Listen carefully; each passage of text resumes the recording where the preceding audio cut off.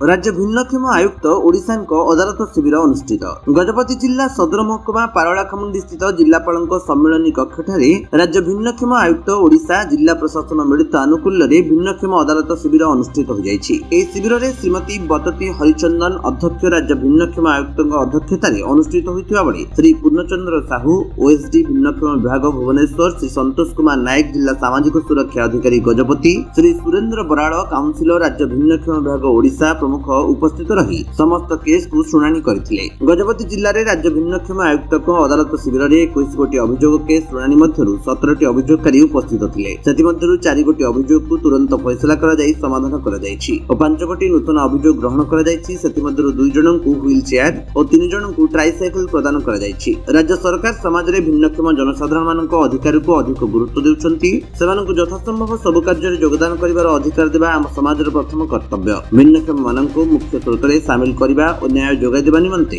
राज्य भिन्नक्षम आयुक्त गठन करा जायछि। जिला सामाजिक सुरक्षा और भिन्नक्षम सशक्तिकरण विभाग भिन्नक्षम भाई भौणी मानकु राज्य सरकार समस्त योजना को त्वरित जोगाई देवा निमंते तत्परता सह कार्य करुछि। विशेषकर भिन्नक्षम अधिकारी को सुरक्षित रखिबा पई समानक सामाजिक अर्थनैतिक शिक्षा स्वास्थ्य किबळी सुदृढ़ रहइबो सेति पई राज्य सरकार भिन्नक्षम मानकु अधिक गुरुत्व देउछन्ति बोली राज्य भिन्नक्षम आयोगर अध्यक्ष कहिथिले। भिन्नक्षम मानकर अभियोग शुणाणी शिविर में श्री लोकनाथ सबर गोष्ठी उन्नयन अधिकारी नुआगढ़ श्री डंबरधन मल्लिक गोष्ठी उन्नयन अधिकारी काशीनगर उपखंड सामाजिक सुरक्षा अधिकारी श्रीमती उत्सर्गिता बड़रईत श्री तुषार हेम्ब्रम अतिरिक्त आंचलिक परिवहन अधिकारी गजपति समेत विभिन्न विभाग जिला स्तरीय अधिकारी और विभागीय समस्त कर्मचारी प्रमुख उपस्थित थिले।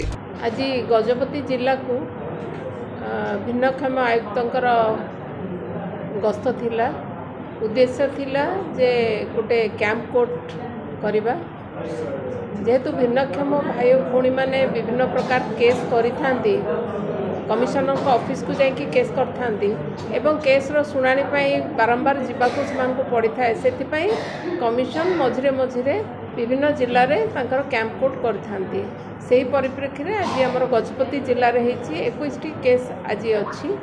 से 21टी केस रु गुड़े अभियोग अछि घर पई किछि अभियोग आछि अंत्योदय कार्ड पाई नाहंती बोली किछि अभियोग अछि बस रिहाती बाबद रे केस गुड़िकर सब शुणाणी होछि। कंसर्न वीडियो माने ऑफिसर माने उपस्थित अछंती तो से माने को निर्देश दिया जायछि जे जड़े भिन्नक्षम भाई और भौणी जो माने केस करिसंती नियम मुताबक जेते साहाय्य करिहबो सेमानंकु तुरंत सेमानक पाखरे से साहाय्य पहुँचेबो।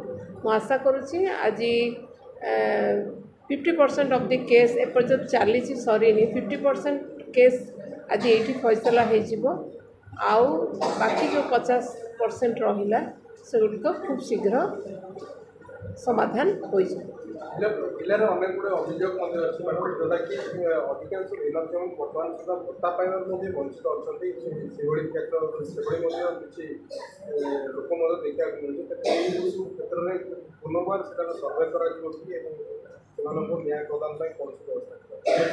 भिन्नक्षम भत्ता सर्भेर आवश्यकता नहीं आदौ दरकार नहीं कारण गोटे दरखास्त जड़े भिन्नक्षम भाई भौणी जदि दरखास्त टे देले ताहले तांकर वैकेंसी पोजीशन देखिकी तुरंत सेटा सैंक्शन करा जाउछि डिपार्टमेंट सेटा सैंक्शन करुछि तेणु से सर्भेर आवश्यकता नहीं एवं मो जानिबारे भत्ता जो मानकर केस रे अभियोग अच्छी कहते पाऊ नाहंती बोली मो पाखे तो डीएसएसओ प्रेजेंट अच्छी से गुड़कार तुरंत टेकअप करेंगे ओ एलिजिबिलिटी कंडीशन पाई असुविधा अच्छी कि यूडीआईडी कार्ड नहीं बोली असुविधा अच्छी से गुड़ाक सबू यही जिला स्तर में ही समाधान हो वैकेंसी रो किसी इश्यू ही ना कौटी कौन प्रॉब्लम गैप रही जाउची सेटा को डीएसएसओ प्रेजेंट अच्छी से गुड़ा से देखिकी करदेवे बोली मैं आशा करुँच। सर्भेर आवश्यकता ना कारण जी जार दरखास्त गोटे कले तार सैंक्शन होदी से एलिजिबल अच्छी ताहले किसी असुविधा नहीं कारण दुई प्रकार भत्ता दिया होची ना गोटे केंद्र सरकार अधीन भत्ताटा दिया होची एवं मधुबाबू पेंशन भत्ता भी दिया होची। गजपति रेणुबाला बेहरान रिपोर्ट विश्व विजयी न्यूज ओडिशा।